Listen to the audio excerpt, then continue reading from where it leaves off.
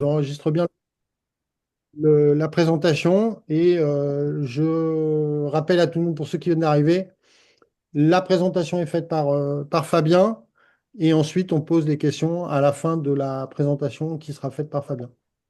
Si tout le monde est OK, j'arrête le partage. Fabien, je te donne la main, c'est à toi de jouer.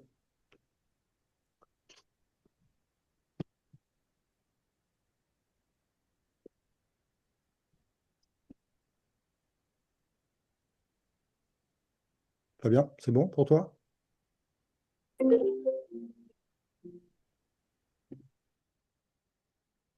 Fabien, tu m'entends?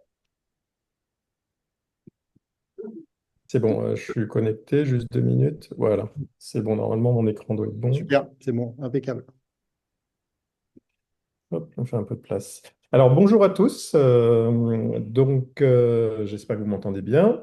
Donc je suis Fabien Pavio, je suis instructeur national avec un domaine d'expertise en modélisation. Dans mon domaine professionnel, je fais plusieurs domaines d'activité, mais dont la modélisation en intelligence artificielle. Et en plongée, j'ai développé pas mal d'expertise sur tout ce qui est désaturation et donc modèle associé. D'ailleurs, développé une application qui s'appelle Nitrox, où il y a un modèle de Bullman qui est développé. Je connais bien en fait ce qu'il y a derrière un peu les boîtiers. Au-delà de ça, on a trouvé pertinent au niveau de la CTR et du collège d'animer un groupe. Donc, ce n'est pas un travail personnel, mais c'est un groupe au niveau du collège des instructeurs autour des protocoles de désaturation des ordinateurs et du coup, une certaine réflexion pour aider les moniteurs dans leur réflexion et leur choix de paramètres. Euh, donc, on va commencer par un préambule. Hop, si j'arrive à faire passer. Voilà, on va commencer par un préambule sur un rappel. Alors, ça paraît un peu basique comme ça, mais ça permet de structurer un peu le cheminement et de rappeler quelques éléments de base sur les limites des algorithmes. On a vraiment des éléments que tout le monde connaît sur les facteurs de plongée avec incidence, les facteurs de plongée sans incident et les facteurs personnels qui vont influencer, qui vont être à la limite des algorithmes. Donc, si on reprend ce qui touche essentiellement en Martinique, ces facteurs, on a en facteur de plongée avec incidence les essoufflements en narcose, les remontées rapides, les interruptions de palier. C'est marginal, mais quand ça arrive, c'est problématique. Les facteurs de plongée sans incidence, on a les yo-yo et les plongées successives, surtout sur les plongées successives, où là on retrouve des problématiques assez prononcées. Et les facteurs de personnel chez les gens, on a le couple dominant, c'est l'âge et l'IMC. Et un peu plus spécifiquement sur nos régions, la déshydratation et l'alcool et les voyages la veille des plongées. Donc ça, c'est des facteurs assez classiques qu'on retrouve de partout, mais c'est pour bien les structurer et montrer que dans ces situations-là, en fait, dans les modèles qu'on développe, il n'y a absolument aucune prise en compte de ces facteurs de risque. Donc, c'est dans nos actes de formation en tant que moniteur ou de plongeur qu'on doit, je dirais, ajuster nos pratiques. Donc, par rapport à ça, on a apporté des solutions assez classiques sur les facteurs personnels, qui est la réduction de l'engagement, hein, c'est-à-dire on réduit en planification nos paramètres de plongée avant. On peut durcir aussi les ordinateurs, ce n'est pas l'objet aujourd'hui du webinaire, mais il y a différentes méthodes. Soit il y a des niveaux, soit des gradients de facteurs selon les ordinateurs. Et bien entendu, le principe dessus, en cas de risque personnel ponctuel avéré, c'est s'abstenir de la plongée. Bon, souvent, les gens veulent quand même venir plonger, donc il faut trouver des méthodes de durcissement sur nos facteurs de planification. On a ensuite, en fait, deux types de facteurs qu'on a apporté des réponses. Là, c'est plus dans la planification, mais c'est par exemple tout ce qui se passe essoufflement et narcose. On a tout ce qui est engagement sous l'eau à réduire. Donc, c'est-à-dire en cas de déclenchement d'un incident, à ce moment-là, on va pouvoir, on va dire, réduire les paramètres de plongée, se rapprocher de la courbe de sécurité, augmenter pour se rapprocher du NODEC 99, entre guillemets, s'éloigner du modèle théorique de base. Concernant les plongées successives, là, on a une variabilité assez importante selon les ordinateurs. Là encore, on pourra en parler au cours d'une autre présentation. Mais on a soit des ordinateurs avec des durcissements automatiques, ou il faut durcir manuellement les ordinateurs. Tous les ordinateurs à gradient de factor, notamment, sont, je dirais, à durcir manuellement. Et, et- et voilà. Et donc, il nous reste en fait tout ce qu'on appelle les remontées anormales. Et donc, c'est les remontées rapides, les interruptions de palier et les procédures yo-yo en technique pour les formations niveau 2, niveau 3, niveau 4. Donc, par rapport à ça, il existe historiquement depuis longtemps au niveau de la FSM des protocoles qui existent, qui sont bien cadrés pour les tables. Ça devenait un peu obsolète et depuis un moment, il y avait une volonté assez accrue d'actualiser tout ça. Et en 2024, il y a un groupe de travail qui a duré un moment avec une grosse réflexion avec des acteurs au niveau de l'armée, au niveau de Dan, au niveau du Cefismer notamment. Donc il y a eu pas mal d'intervenants extérieurs à la Fédé pour consolider ces protocoles et les proposer au niveau des ordinateurs. Donc c'est ce qu'on va développer là, dans les minutes qui suivent. C'est vraiment ces protocoles pour les remontées dites anormales. Alors, le protocole brut qui a été paru dans Subaqua en octobre l'année dernière, c'est celui-là. Donc, j'ai fait exprès de le laisser parce qu'il y a beaucoup de texte, il faut le digérer, mais en fait, il est fondamental pour comprendre et appliquer ce protocole. Dans ce texte brut, je vais présenter juste après une diapo un peu plus simplifiée, mais ce qui est intéressant dans ce texte brut qu'il faut voir, c'est que ici, vous avez déjà la définition, ce que c'est qu'une remontée rapide, qu'on n'avait pas avant, c'était pas très clair en fait entre nous. Et là, on a voulu en fait préciser ce que c'était une remontée rapide. Donc il n'y a plus d'ambiguïté sur la vitesse de remontée classique, on est sur à peu près du 10 mètres minute. Et dès qu'on est à 150% de cette vitesse, c'est-à-dire 15 mètres par minute, on rentre dans des vitesses rapides. Et pour la classifier, remontée rapide et dans le protocole, il faut parcourir au moins 10 mètres, mais sur une surface qui part de, on va dire, une profondeur entre moins 30 et 0. C'est-à-dire que si vous faites de la formation, par exemple, niveau 3 à 40 mètres ou niveau 4, si vous partez sur des niveaux rapides entre moins 40 et moins 30, c'est-à-dire même du 18 mètres par minute, on ne va pas rentrer dans ce protocole à partir du moment où la vitesse est régulée derrière. Donc ça, c'est intéressant quand même d'avoir cette nuance et cette précision sur ce protocole-là. On va rentrer dans le détail des protocoles. Là, je fais juste la périphérie. Ce qu'il y a d'autre dans la définition intéressant, c'est ce qu'on qualifie de yo-yo. Donc ici, un yo-yo, ça va être considéré par au moins deux remontées consécutives de 10 mètres.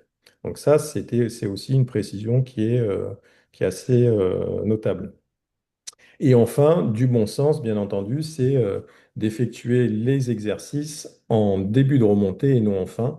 Donc ça, on est vraiment sur quelque chose qui est marqué noir sur blanc maintenant dans un texte officiel au niveau de la Fédé. Donc si on traduit ça en termes un peu plus, on va dire, pédagogique, même s'il reste beaucoup de chiffres et beaucoup de choses. Ça peut être aussi sous un format comme ça que vous pouvez récupérer, plastifier et mettre sur vos ordinateurs, vos bateaux, par exemple, qui vous donnent un peu des tables, des runtime pour vos équipes de plongée. Donc ça, c'est intéressant. On a le protocole FEDE tel qu'il est écrit dans le tableau précédent. Donc, en fait, qu'est-ce que ça veut dire? Ça veut dire qu'en dessous de 20 mètres, on peut faire quatre remontées, donc pas d'interprétation, c'est-à-dire quand on fait des remontées de 15 mètres, par exemple, on est bien sur quatre remontées jusqu'à 20 mètres. À 30 mètres, jusqu'à 30 mètres, on peut faire trois remontées. Et au-delà de 30 mètres, on est sur deux remontées. Donc, par exemple, pour 40 mètres, on est sur deux remontées. Le protocole préconise, c'est pas une obligation, c'est une forte recommandation, un stop à 6 mètres à chaque fois d'interrompre les remontées à 6 mètres. Donc ça, c'est une nouveauté par rapport je dirais, avant 2024, sur arrêter les remontées avant 6 mètres. L'adaptation, je dirais, aux ordinateurs. sont le protocole standard, c'est respecter l'ordinateur, une vitesse de 10 mètres par minute. Le protocole vitesse de remontée rapide, comme on l'a dit tout à l'heure, avec une définition.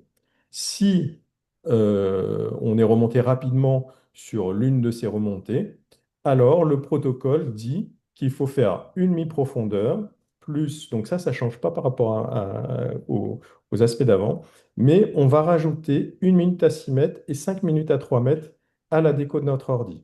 Et ça va être appliqué peu importe la profondeur. C'est un protocole unique. Donc si on part sur 15 mètres, on va avoir une mi-profondeur à 8 mètres, arrondi à 8 mètres, 20 mètres, 10 mètres, 5 minutes à mi-profondeur, plus une à 6, 5 à 3, y compris la déco de l'ordi. Ça veut dire que si l'ordi donne, on parle bien des paliers obligatoires, hein, pas des 3 minutes de sécu ici. Donc si l'ordi donne 3 minutes de palier obligatoire, on a à 3 mètres, on aura 5 minutes à 10 mètres, une à 6 et donc 5, 6, 7, 8, 8 minutes à 3 mètres. Ça, c'est le protocole aujourd'hui officiel minimum que vous devez, je dirais, respecter. Autre protocole, on va dire dit anormal, on a les interruptions de palier. Alors, je ne sais pas si vous vous rappelez, on a fait plein d'exercices de table où on disait on recommence le palier dans l'intégralité, etc. Là, on change complètement de raisonnement. On va dire que si jamais vous pouvez faire une réimmersion, je rappelle la réimmersion, qu'est-ce que ça veut dire? En moins de 3 minutes, vous pouvez vous réimmerger à la profondeur de palier. Si la météo est OK, c'est-à-dire que vous n'avez pas 6 mètres de creux qui vous empêchent de redescendre, et s'il n'y a pas forcément d'urgence absolue, c'est-à-dire pas de symptômes cliniques. S'il y a des symptômes cliniques, là, on est dans le cas où on est sur une évacuation d'office. Par contre, s'il n'y a pas de problème particulier, et bien à ce moment-là, je redescends immédiatement et je fais juste finalement la déco que me recommande mon ordi et 3 minutes à 3 mètres, un palier de sécu. Et on considère aujourd'hui que c'est suffisant en termes d'interruption de palier. En cas de réimmersion impossible, par rapport à un de ces critères dessus, hormis, je dirais, les signes cliniques, pour d'autres raisons, on a vraiment plus d'air disponible sur le bateau, autres, etc. On a alors à ce moment-là deux cas différents.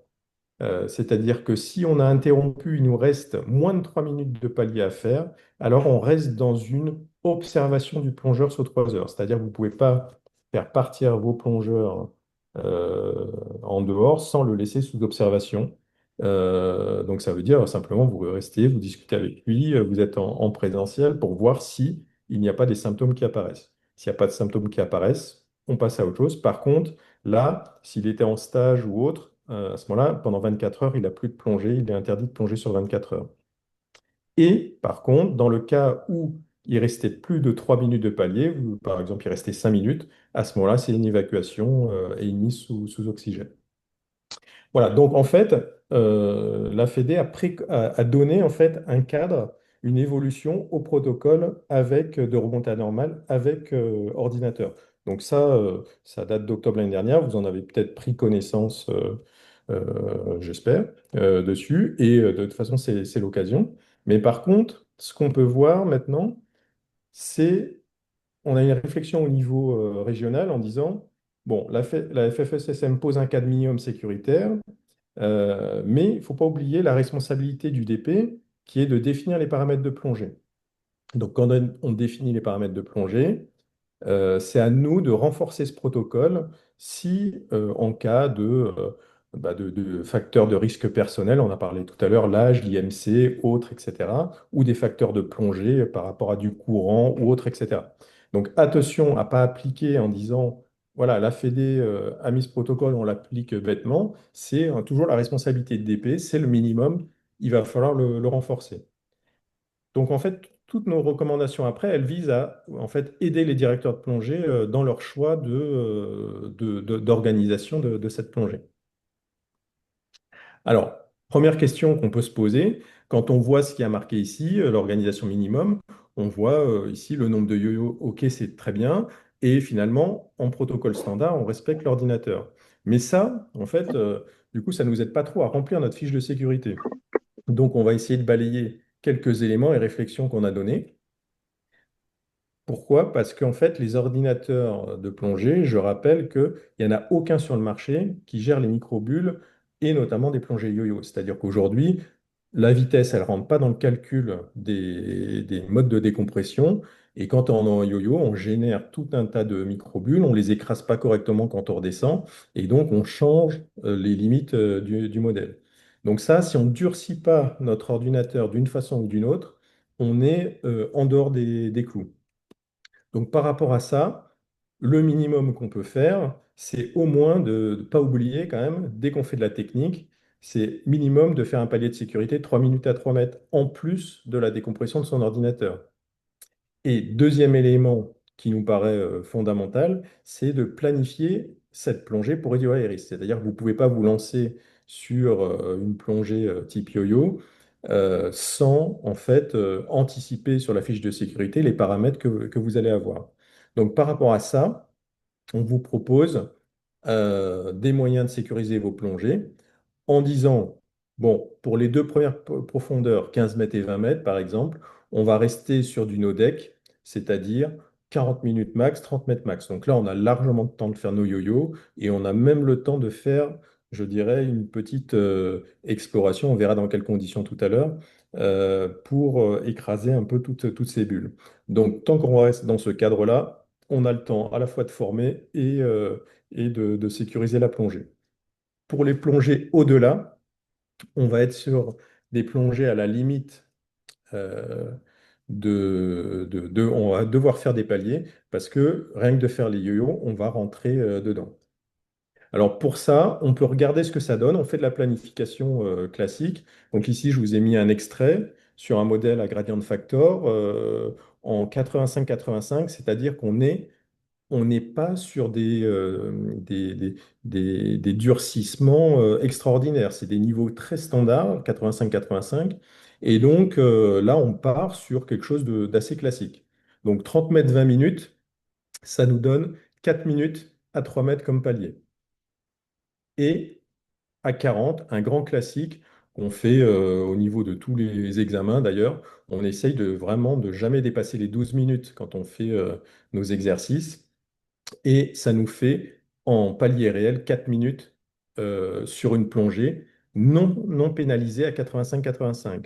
Donc là, je parle de plongée non pénalisée. Quand je parle de no deck ici, no deck 4 minutes à 3 mètres, 4 minutes à 3 mètres, ce serait pour des plongées carrées non pénalisées. Donc si on veut les pénaliser par rapport au yo-yo, alors à ce moment-là, eh ben, on va rentrer sur se donner un protocole de rajouter 1 minute à 6 mètres et 3 minutes à 3 mètres. Ça va être notre protocole pour sécuriser ça.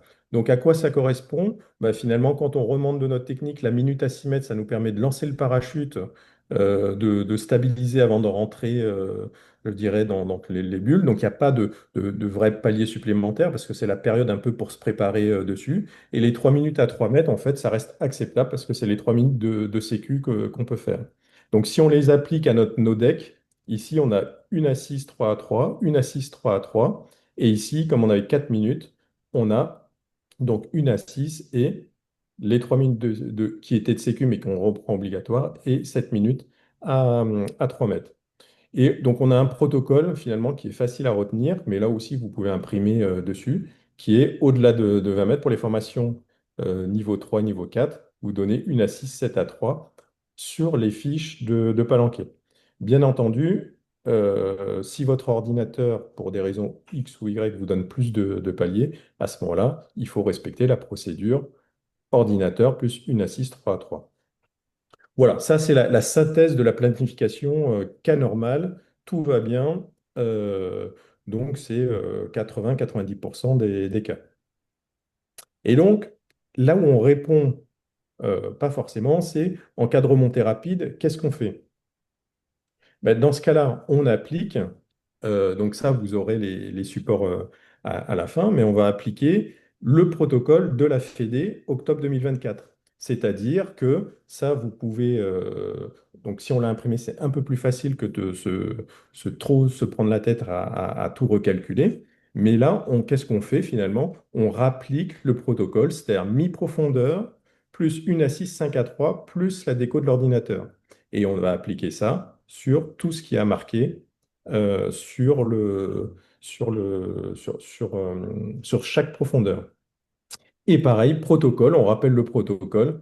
En cas d'interruption de palier, ici, on a tous les éléments qui ont été donnés précédemment. Donc ça, c'est très, très intéressant parce que si vous avez ça affiché sur votre bateau, vos moniteurs peuvent, selon les formations, niveau 2, niveau 3, niveau 4, je dirais, au moins avoir un standard pour un minimum de sécurité à partir. Après, s'ils ont plus sur leur ordi, ils auront plus, mais au moins, ils vont éviter de faire des plongées à 30 mètres avec juste 3 minutes de sécu à 3 mètres si jamais on a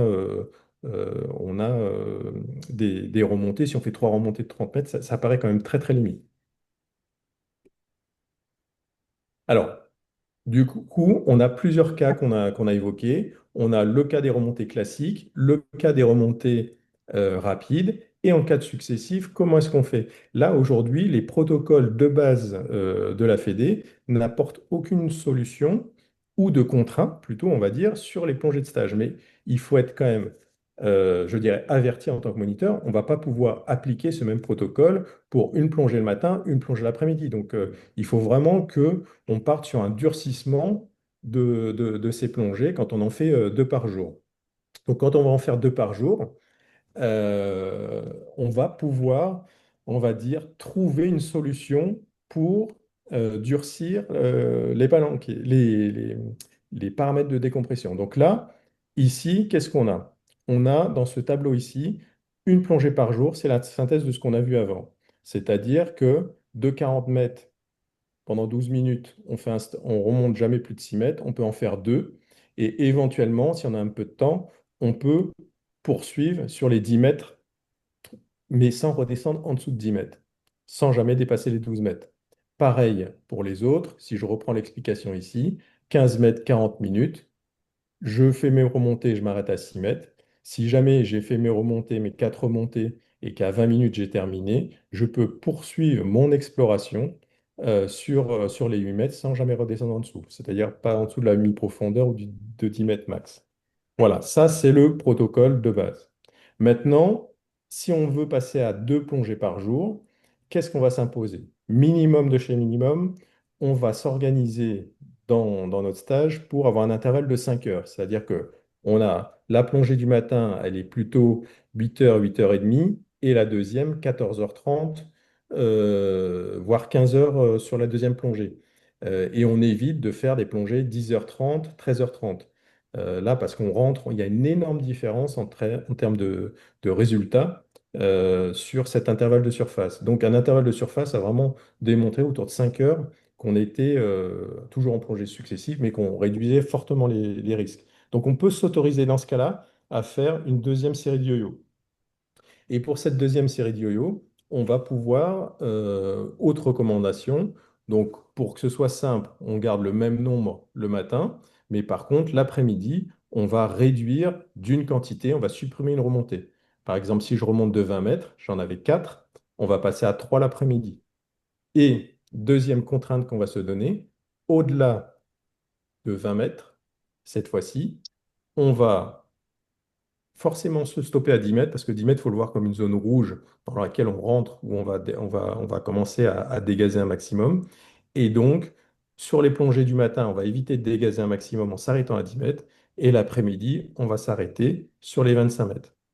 Donc ça vous donne des tables, je dirais, pour sécuriser vos stages sur 2 plongées, et tout en vous permettant de faire des yo-yo le matin et des yo-yo l'après-midi. Parce que à chaque fois, on dit forcément, quand on peut toujours organiser notre stage en faisant les plongées yo-yo le matin, l'après-midi, on fait de l'explo. Ça, c'est, je dirais, le mieux en termes de décompression.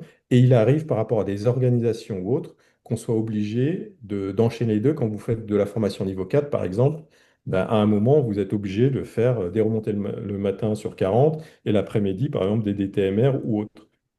On ne peut pas toujours par rapport à l'organisation. Ou alors, par rapport à certaines organisations, on est obligé de faire des plongées de rattrapage parce que le matin, les personnes n'étaient pas encore au niveau.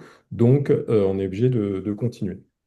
Maintenant, dans ces protocoles-là, on est sur un protocole maximum. Rien ne vous empêche, selon les facteurs des gens, à réduire. C'est-à-dire que là, on dit 40 mètres, vous limitez à 25. Si vous voulez faire 40 le matin et 15 l'après-midi, c'est encore mieux, quoi. Donc voilà, ça c'est la base je dirais, des plongées successives telles qu'on les recommande en termes de plongées successives, d'avoir une vision. Donc là, en fait, par rapport au premier protocole de base de la FED, vous avez quand même des idées un peu plus concrètes et opérationnelles pour planifier les plongées de formation.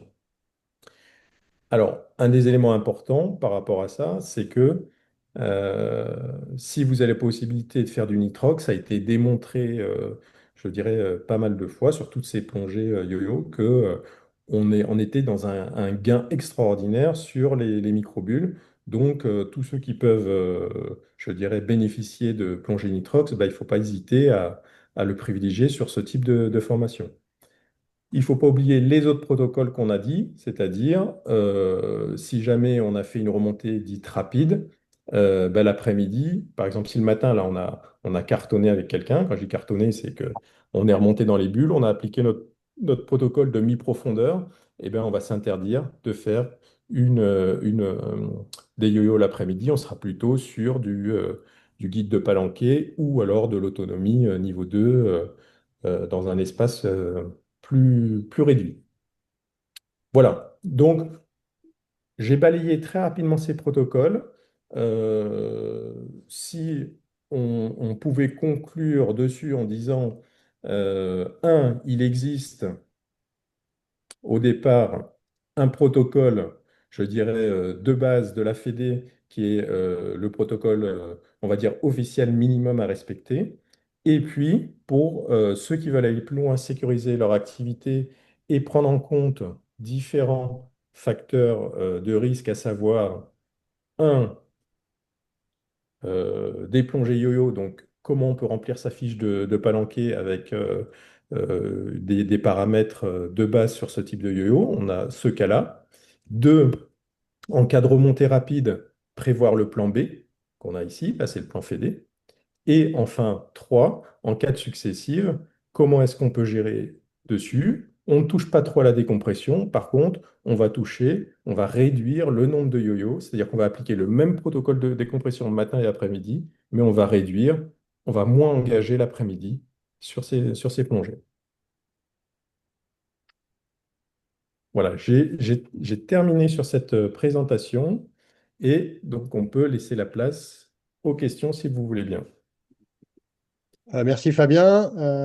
Donc, la règle d'usage, c'est soit vous posez vos questions sur le chat et je les fais passer à Fabien, ou vous utilisez le lever la main pour éventuellement poser une question et je vous donne la main bien évidemment, tout le monde a le micro coupé normalement, donc faites attention à bien mettre le son sur vos ordinateurs.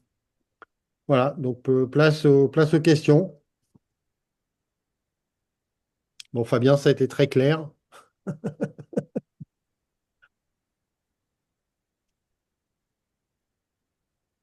Est-ce qu'il y a quelqu'un qui veut poser une question?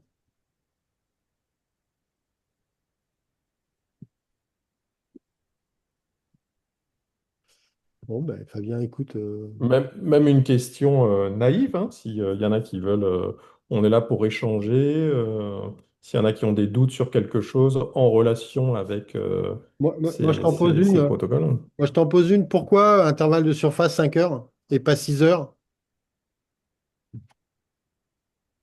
Et pourquoi pas 4?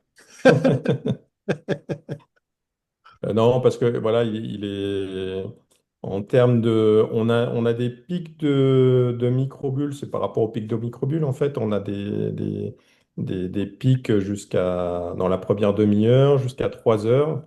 À partir de 4 ça s'améliore. 6 c'est l'idéal, mais 5 ça reste opérationnel en termes de planning dans la journée. Parce que si on est sur 6 heures, forcément, plus l'intervalle sera long, mieux c'est. Mais 5 heures et un intervalle. À partir de 4 heures, on a amélioré la situation. 5, voilà, on est bien. Puis c'est une moyenne, comme j'ai dit, ça dépend vraiment des gens. Chacun a des facteurs très, très différents là-dessus. Mais pour qu'on se mette à l'abri par rapport à notre public qui est très variable, 5 heures paraît une valeur moyenne intéressante. Il y a une question concernant le fait d'avoir ton protocole à l'air. Est-ce qu'il y a un protocole qui serait spécifique si on était en plongée nitrox?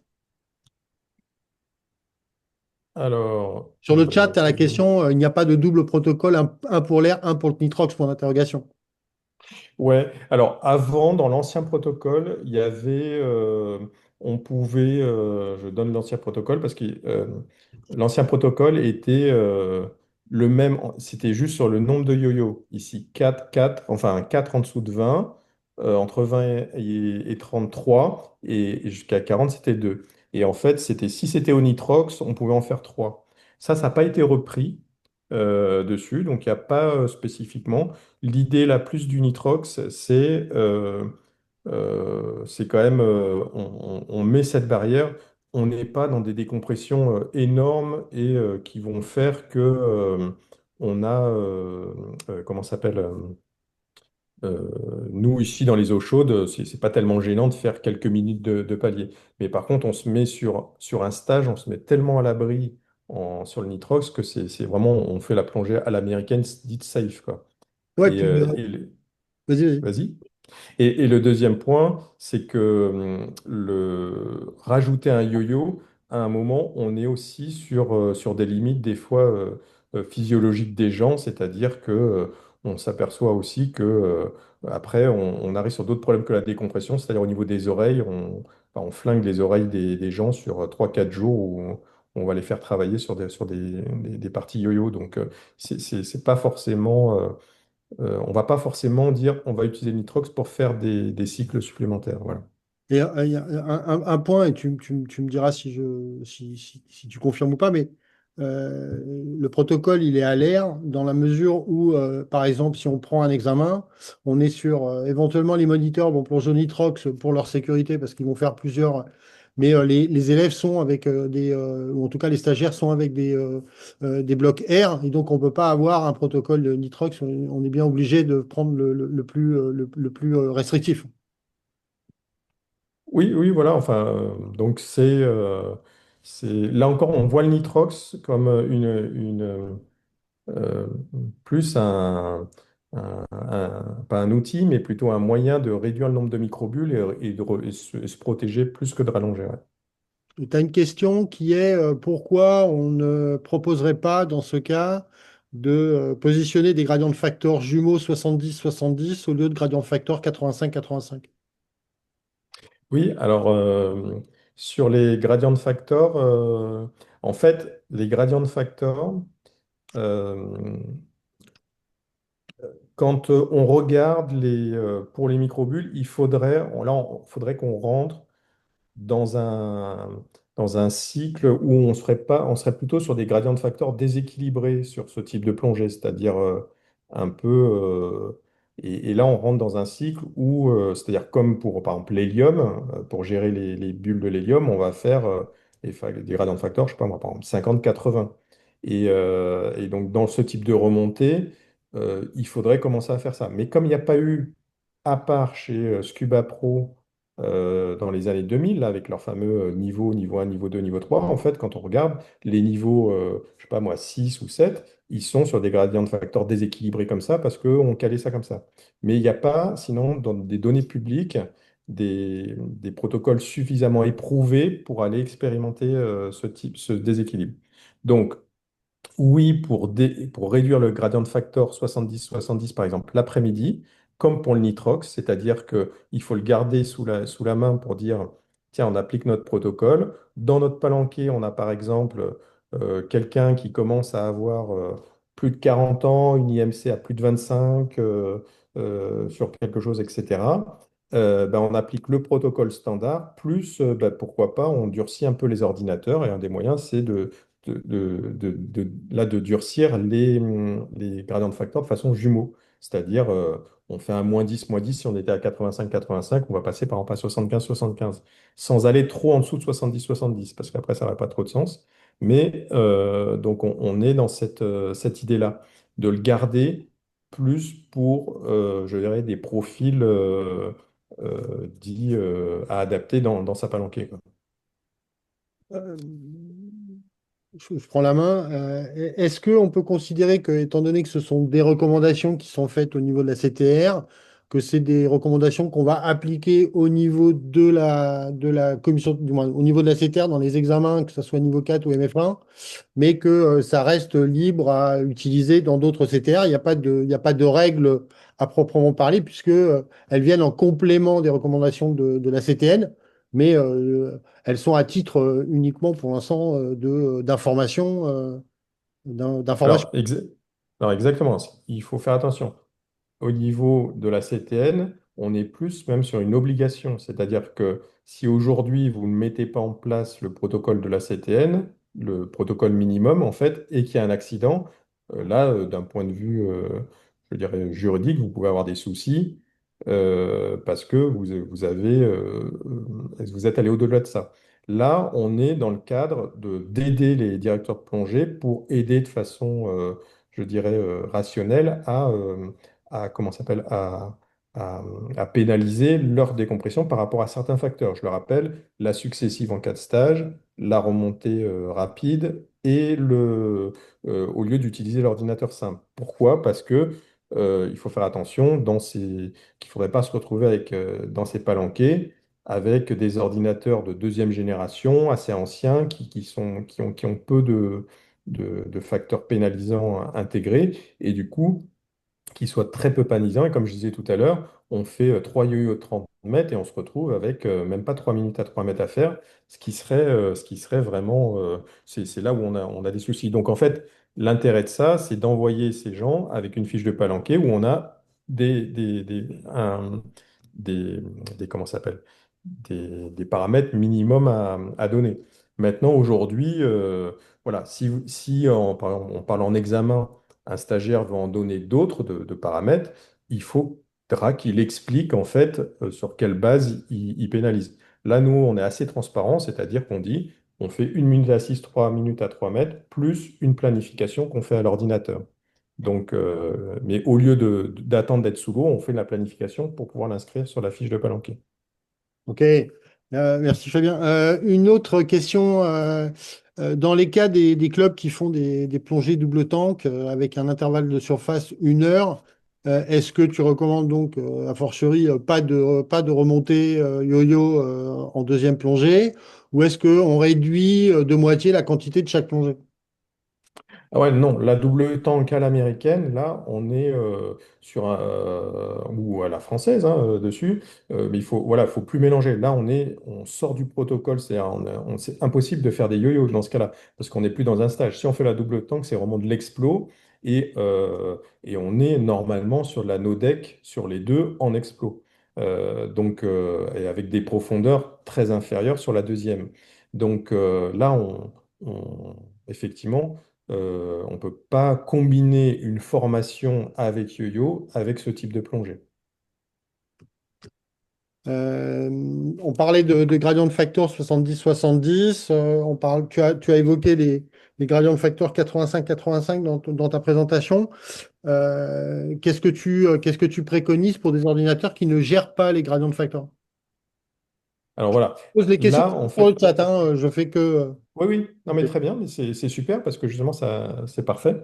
Euh, donc, ce qu'il faut comprendre, c'est que on a basé, là, on a parlé des gradients de facteurs, c'est pour faire la planification commune parce que c'est quelque chose qui est utilisable partout. C'est ce qui est pratique dans les gradients de facteurs, c'est que ceux qui ont des modèles de planification peuvent resimuler ça et on peut le refaire. Donc après, euh, ce que j'ai dit, c'est que ça, c'est la planification qui permet d'écrire sur la fiche de Palanquet sa planification. Je reviens juste un peu en arrière, hop, voilà, par exemple, si je prends ici, imaginons, je forme un niveau 3 et puis je fais des remontées de 30 mètres sur mon niveau 3. Et ben, sur ma fiche de Palanquet, je mets 1 à 6, 7 à 3.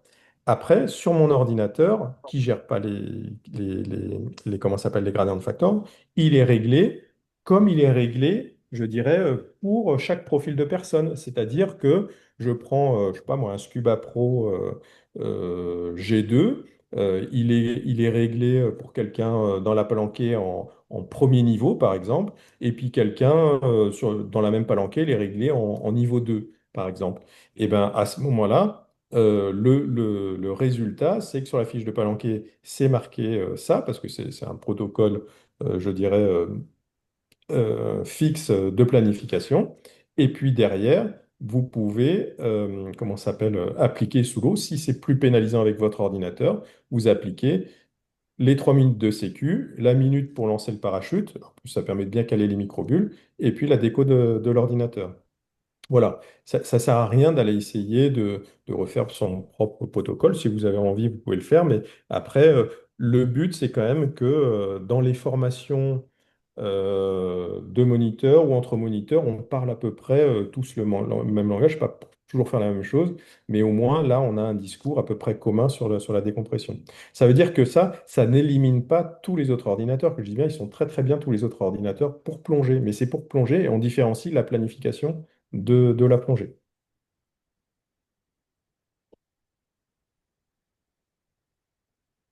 J'ai pas je pense que tout le monde, j'ai pas de personne qui lève la main et qui veut poser potentiellement une question en live. Je n'ai pas d'autres questions posées via le chat. Ah, si, ça vient. Euh, il y a une question, est-ce qu'on a un retour sur des statistiques par rapport à ce que tu proposes? Alors, il faudrait préciser la question. Est-ce qu'on a un retour statistique? Un retour Alors statistique là, de... Ouais. dans ce cas-là, je vais m'adresser directement à Alex qui a posé la question. Est-ce qu'il peut juste compléter sa question? Je passe à une autre euh, qui est la suivante. Compte tenu de la relative complexité des recos, est-ce qu'on ne pourrait pas partir à la table? Oui, alors je lis tout ça. Alors, Euh, je refais. On est parti aujourd'hui. Ce qu'il faut bien comprendre, c'est que la préconisation finale, c'est on plonge aujourd'hui à l'ordinateur sous l'eau. Donc, notre modèle de décompression, c'est l'ordinateur. OK? Donc, on a nos modèles dessus. Donc, on va faire des modélisations avec les ordinateurs aujourd'hui qu'il y a dessus. Ou comme ils sont réglés, c'est-à-dire un gradient de facteur 85-85, c'est à peu près un L1 Scuba Pro ou un niveau de base RGBN. Donc ça veut dire quoi? Ça veut dire qu'on est sur de la modélisation ordinateur. Et donc, par contre, comme quand on fait de la plongée engagée, on plonge au trimix ou autre, etc., on va planifier, c'est ce qu'on apprend dans les formations niveau 3 et niveau 4, on va planifier la plongée sous des runtime. Et Philippe, je te rejoins, c'est-à-dire qu'en fait, la planification, c'est refaire des tables, mais adaptées aux plongées. Donc en fait, ce que on a préconisé au niveau de la CTR, finalement, c'est des tables, mais des tables adapté pour des yo-yo à 40, des yo-yo à 30, des yo-yo à 20 et des yo-yo à 15. C'est-à-dire que là, on a une table avec un protocole qui correspond à la plongée yo-yo. On peut, du coup, si on lit une table 40 mètres 12 minutes, on ne va pas retrouver ce résultat parce que ça ne correspond pas au protocole remontée yo-yo. Donc, la question qui était concernant les statistiques, donc, elles sont, est-ce que tu as un retour de statistiques sur des accidents, voire des accidents évités? Alors, comment ça s'appelle? Euh, Ce qu'on sait au jour d'aujourd'hui, c'est comment ça s'appelle? Les vitesses de remontée entre 6 et 3 mètres, euh, plus elles vont être hyper lentes, forcément, ce que je dis, ça paraît basique, mais plus elles vont, je dirais, casser ces microbules. C'est surtout cet intervalle-là, et encore plus entre 3 et la surface. Donc aujourd'hui, on est dans un équilibre entre trouver des protocoles où c'est, entre guillemets, facile à retenir, c'est-à-dire quand on dit une à 6 3 minutes à 3 mètres, on reste sur quelque chose qu'on comprend et que historiquement, on est capable d'entendre. C'est-à-dire les 3 minutes de palier deviennent obligatoires et la minute à 6 en fait, c'est pour casser euh, les microbules d'une certaine manière. Même une minute, c'est assez intéressant. Et en fait, elles vont, comment dirais-je, ça nous permet aussi de lancer le parachute, etc. Donc, euh, cet enchaînement 6 mètres, 3 mètres, il est aussi lié au temps de plongée annoncé. C'est-à-dire 40 minutes, on est dans le no-deck, 30 minutes, on est dans le no-deck. Là, on a rajouté nos 4 minutes de palier, on est dedans. Par contre, en cas d'erreur de sous l'eau ou de narcose et on passe à 40 mètres, 15 minutes, on sort de ces protocoles et ça s'amplifie très rapidement. Donc, je ne sais pas si j'ai complètement répondu à la question, mais en fait, on est autour de cette réflexion, c'est-à-dire de dire, quand on est dans la zone grise, entre guillemets, de rajouter 1 minute à 6 et 3 à 3, c'est ce qui ressort des discussions, pas que des miennes, mais aussi des discussions qu'il y a eu au niveau CTN, avec le DAN, le Cefismer et puis l'armée, qui ont permis je dirais, à partir de on est sur des protocoles, je dirais, assez de retour d'expérience, mais aujourd'hui, j'ai pas de cohorte pour le justifier d'un point de vue statistique pur. Tu as évoqué dans une des parties, je crois que c'est sur les remontées successives, de ne pas remonter au-delà de 10 mètres, euh, que les 10 mètres étaient la ligne rouge. Est-ce que c'est lié aux microbules? Alors, oui, là, c'est directement ça. C'est ce qu'il faut comprendre, c'est que euh, là, dans ces remontées de 20 mètres, on va dire, on fait 4 yo-yo, on en génère pas mal des microbules. On en génère pas mal parce qu'il y a quatre ascensions. Par contre, sur ces 4 ascensions, on est assez loin de la ligne on est toujours dans le no-deck. Là où on a des difficultés, 30 et 40, c'est qu'on passe de l'autre côté de l'anodec, on est sur des paliers, donc on est en plein dans les paliers, et donc ça veut dire que on est déjà chargé. Donc les bulles, on a moins de yo-yo, mais par contre, ce qu'on génère sur des distances plus importantes sont plus, je dirais, sont plus problématiques. Il y a eu pendant longtemps, je ne sais pas si certains sont au fait de ça dessus, le, des gros problèmes de calage de décompression autour des 30 mètres. On est par rapport aux modèles qui sont faits dessus. Là, 15-20 mètres, ça marche bien. Un peu plus profond, ça marche pas plus mal. De toute façon, on tombe vite dans les paliers. Mais à 30 mètres, pendant longtemps, ça a posé des problèmes. Parce que dans les modèles, on a la rupture. Et pour caler les modèles, même moi, quand j'ai calé les modèles et tout, c'est un des paramètres, le fameux 30 mètres, 30 minutes. euh, on est, comment ça s'appelle, euh, selon les modèles, c'est là où on est le plus variant. Par exemple, les GERS 65, c'est les tables qui existaient en 1965, elles faisaient 30 mètres, 30 minutes, pas de palier. Donc on était sur pas de palier. Les tables MN90, 30 mètres 30 minutes, c'est 9 minutes de palier. Et donc, un modèle, je vais le faire en direct là sur le truc.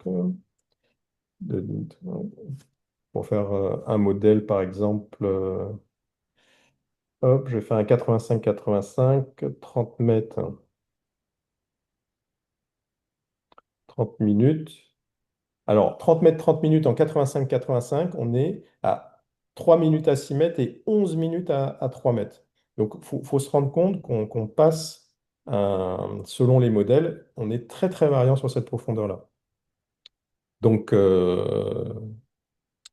donc voilà, donc en fait, ce stop à 10 mètres, parce que c'était ça la question, on génère des bulles qui sont assez importantes.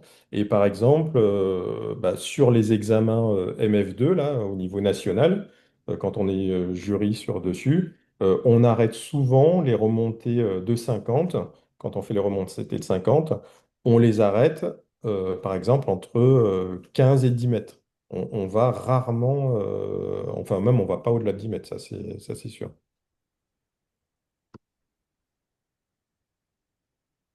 Sur des examens, je parle. J'ai pas de questions à relayer, Fabien. Donc, ce que je te propose, c'est qu'on est dans les temps. Ça fait exactement 45 minutes que tu as commencé ta présentation, qu'on a tenu notre timing. Donc, je propose de clôturer.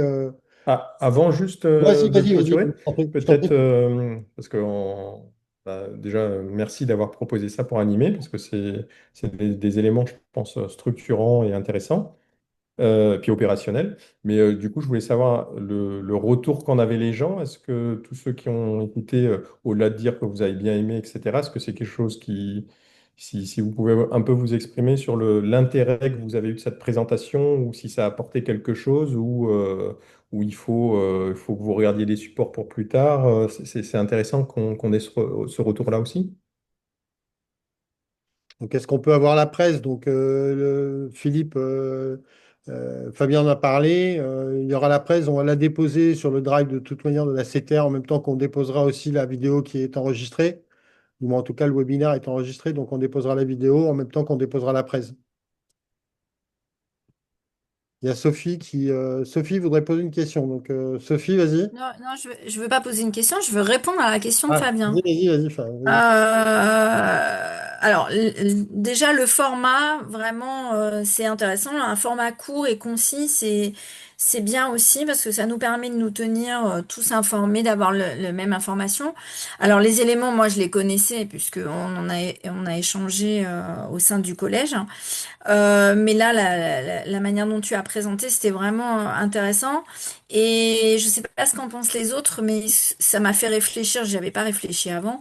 C'est aussi intéressant au sein de chaque club en fait voilà pour avoir des protocoles pour la formation, etc. Et bien évidemment, ça va devenir un outil dans la formation des moniteurs. Donc j'étais en train d'échanger un peu avec Vincent en lui disant c'est quelque chose que maintenant on va aussi présenter dans les stages ou les journées PEDA MF1, parce que quand nos jeunes stagiaires MF1 doivent faire les épreuves de PEDA Orga, on a toujours ces questions qui reviennent sur combien de yo-yo on peut faire quand on prépare sa formation, surtout sur les stages de plusieurs jours. Donc voilà, bon après bien sûr dans les examens, là comme tu l'as dit, on a l'obligation de respecter les recommandations de la Fédé, enfin de la CTN, mais c'est aussi un outil de formation pour nous pour former les MF1. Voilà. Donc merci beaucoup.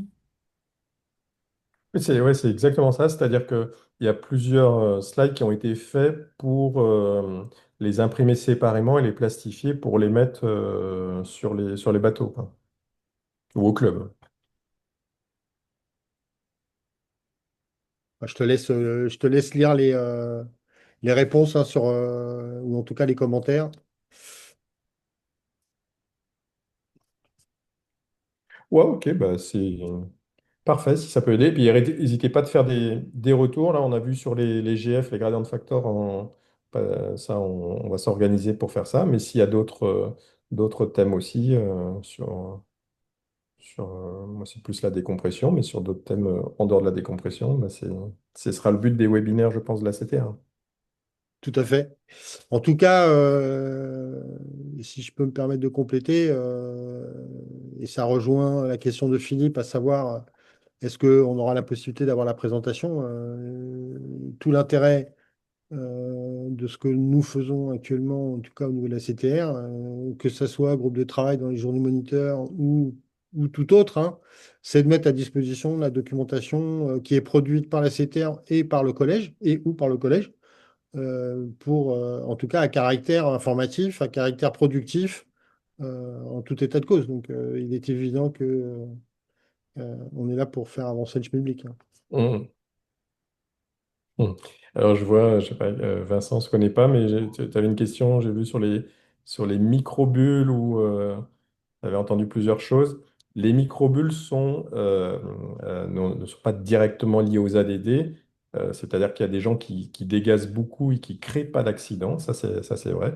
Mais ça reste un facteur aujourd'hui mesurable et qui est quand même proche de l'accident lui-même. Donc on ne peut pas faire de règle de 3 entre le taux de microbules et est-ce que ça déclenche ou pas un accident. C'est ça qui a une nuance. Mais dans les facteurs, on peut quand même dire que c'est un des indicateurs intéressants parce que c'est là qui nous fait sortir du modèle de décompression classique parce que ces microbules, elles sont plus sur la diffusion autre. Les autres termes qui nous font sortir, c'est comme sur les successifs, en fait, c'est assez compliqué parce que il y a plusieurs phénomènes qui sont différents. Ça, c'est un autre thème qu'on pourra aussi lancer. Je ne sais pas si vous en avez entendu parler avec les évolutions aujourd'hui. Dans les cursus, ça c'est tout nouveau, ça date de même pas un mois ou quelques semaines. C'est que, on souhaite au niveau national qu'il y ait plus d'informations sur un modèle qui n'existe pas dans les ordinateurs aujourd'hui, qui est le modèle canadien des CIEM, parce qu'il tient compte de la décharge, on va dire, en série pour simplifier des tissus, même si ce n'est pas tout à fait vrai. Et ça veut dire quoi? Ça veut dire que sur la successive, ça répond mieux à cette problématique. Donc voilà, donc effectivement, la microbulle, c'est pas le seul facteur qu'il faut regarder dans les accidents, mais c'est un bon indicateur.